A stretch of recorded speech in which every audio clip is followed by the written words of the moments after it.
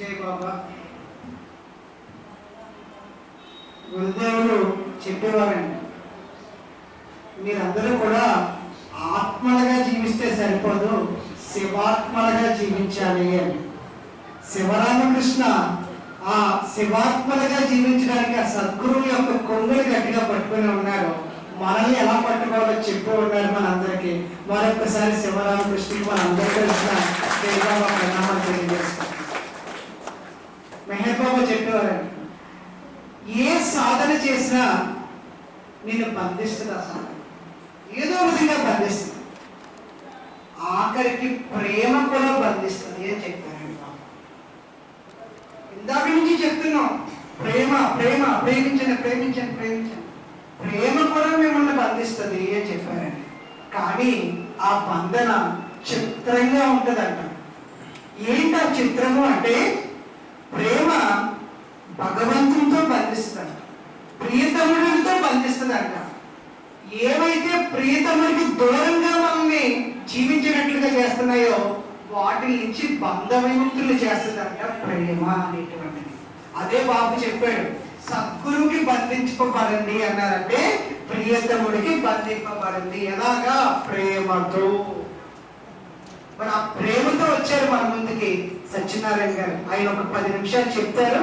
దాని తర్వాత ఉదయం మిగిలినటువంటి ఆ శ్లేషము పూర్తి చేసుకుని ఆరతి నివేదిక కార్యక్రమంలోకి వెళ్తాం. జై బాబా.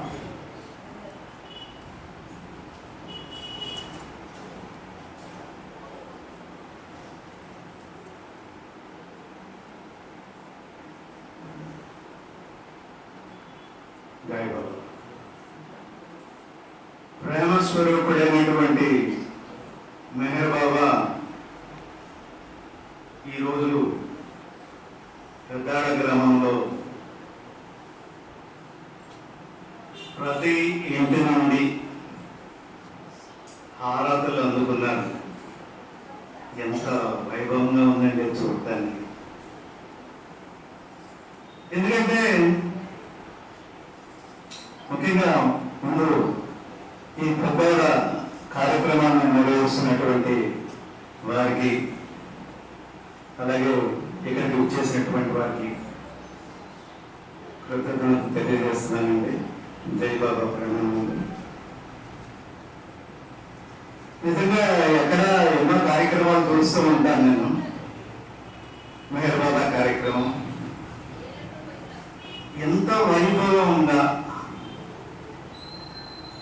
ఎంత కన్నుల పండుగగా, ఎంత ఆనందభరితంగా ఉంటుందంటే ఈ నగర సంకీర్తన మార్నింగ్ ఆ రథయాత్ర చూస్తూ ఉంటుంటే, ఆ తిరుపతిలో వెంకటేశ్వర స్వామిని ఊరేగిస్తుందంటే ఎంత కన్నుల పండుగగా ఉంటుందో అంత కన్నుల పండుగగా ఉంటుంది. మేళతాళాలతో, సంకీర్తనలతో ఏమండి మన ప్రేమికులు బాబా నామం సంకీర్తన చేస్తూ ఉంటూ ప్రతి ఇంటిగా నుంచి ఒక్కొక్క హారతి అందుకుంటూనే ఉంటున్నాడు. గతంలో ఒక 4-5 సంవత్సరాలు నేను చూస్తున్నాను. ఒక 5, 6, 10 మంది చేసేది ఇప్పుడు 100ల మీదకి వెళ్ళింది ఇది. అంటే మెహర్ బాబా తెలియజేశారు, I sour a seed in your heart. అంటే ఆ విత్తనాలు నాటారండి, నాటిని ఇప్పుడు ఫలిస్తున్నాయి.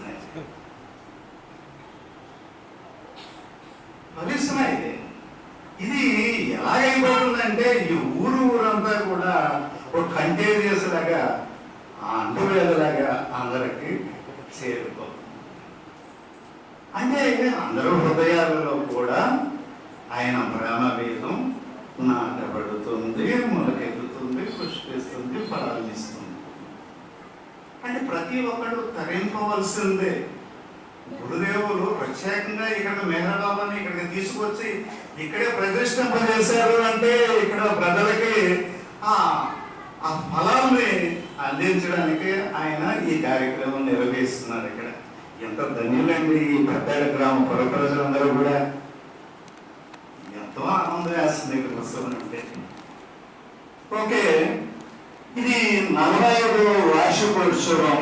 44 సంవత్సరాలు పూర్తి చేసుకొని 45వ సంవత్సరం ఈ కార్యక్రమం. మెహర్ బాబా వారి కార్యక్రమంలో 44కి చాలా ఇంపార్టెన్స్ ఉంది. ఏంటంటే ఆయన 44 సంవత్సరాలు మౌనం వహించారు. అంటే ఈ మౌనం వార్షికోత్సవం ఉంటున్నారు ఇక్కడ, ఇది 45లోకి వచ్చింది. అంటే ఏంటి, దాని ఫలితం ఏంటి? ఇంతవరకు మనకు ఉండేటువంటి ఈ బాండేజెస్ నుంచి ఫ్రీ అవ్వడానికి, స్పిరిచువల్ గా మనకు ఉండేటువంటి బాండేజెస్ నుంచి ఫ్రీ అవ్వడానికి, ఈ ఆధ్యాత్మిక స్వేచ్ఛను పొందడానికి ఉద్దేశించబడినటువంటిది. ఏ రకంగా జరుగుతుంది అది. మరి ఆయన అవతరించడానికి కూడా ఇదే కారణం. మరి అంతర్యామైనటువంటి ఆ నిజ అస్తిత్వ స్థితి కలిగినటువంటి ఆ దైవీ స్థితి మనకి ఒకటి అందించాలని నిరంతరం ప్రయత్నం చేస్తూనే ఉంటుంది. కానీ మన గోళ ఉంది. ఈ మనస్సుతో మనం చేసే గోళ అంతా ఇంత కాదు. ఆయన నిరంతరం చెప్పేటువంటి మౌన వాణిని మనం ఏమైనా వినగలుగుతున్నామంటే అస్సలు వినలేకుండా ఉన్నాం. ఎందుకు? మనస్సు ఏదో తినాలనుకుంటుంది, ఏదో చూడాలనుకుంటుంది, ఏదో చెయ్యాలనుకుంటుంది, ఏమండి ఏదో సీరియల్ చూడాలనుకుంటుంది. ఈ మధ్య ఫేస్బుక్, ట్విట్టర్, చాటింగ్ ఇవన్నీ కూడా చెయ్యాలనుకుంటా ఉంటుంది. దాని ద్వారా దానిదే. మరి ఆ దేవదేవుడు, ఆ అంతర్యామి, ఆ దైవీ స్థితి మీకు అందించేటువంటి మౌన వాణి, అంతర్వాణి మీకు ఏ రకంగా చేరుతుంది?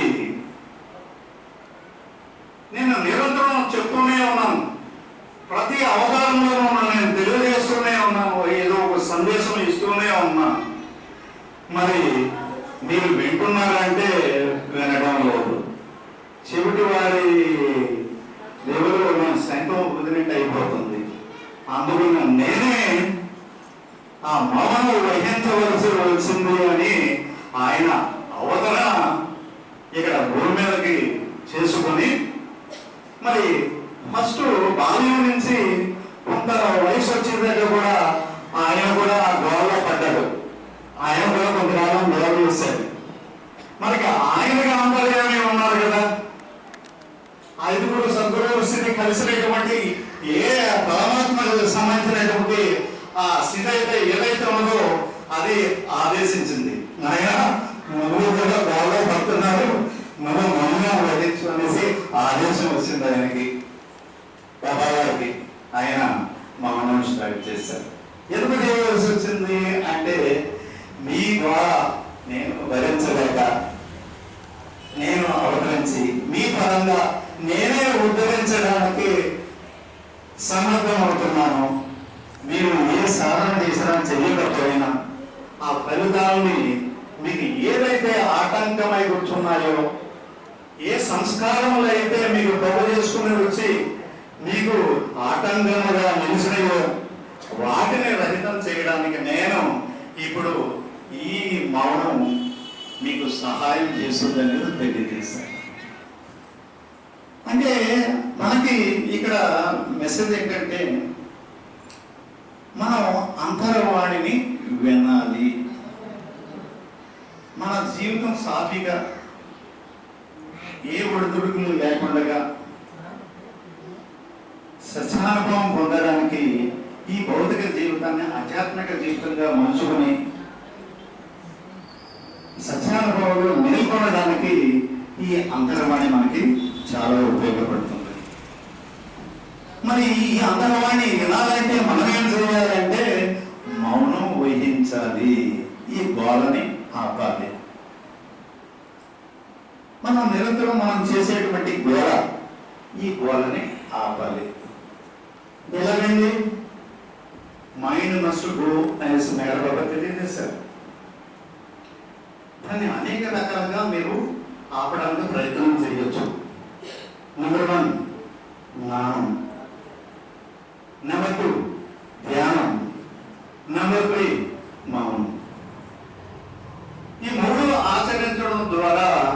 ఈ మనసు సంఖ్యలోసి కూర్చోబెట్టి ఈ మౌనంలో ఎప్పుడైతే నువ్వు ప్రవేశించావో నీ అంతరవాణికి అదే నీ అంతర్యాన్ని చెప్పేటువంటి అంతరవాణ్ణి వినడం సాధ్యం అవుతుంది.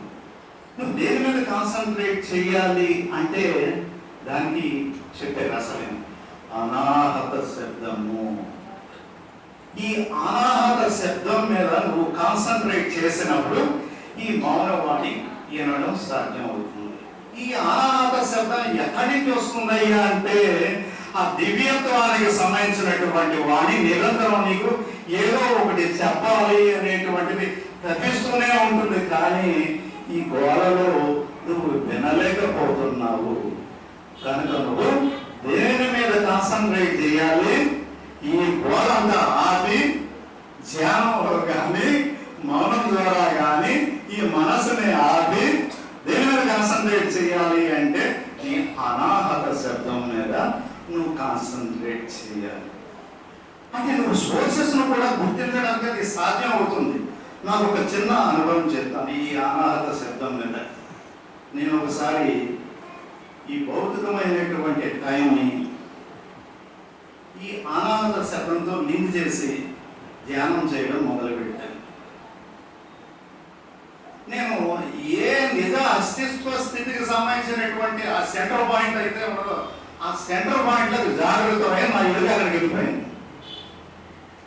నా చుట్టూ ఒక 5 గ్రహాలు అలా తిరుగుతున్నాయి. సౌండ్ ఏంటంటే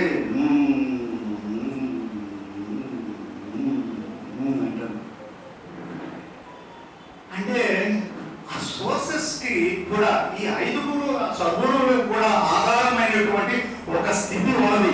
ఆ దైవీ స్థితి నిజ అస్తిత్వ స్థితి, అదే పరాత్పర పరబ్రహ్మ స్థితి.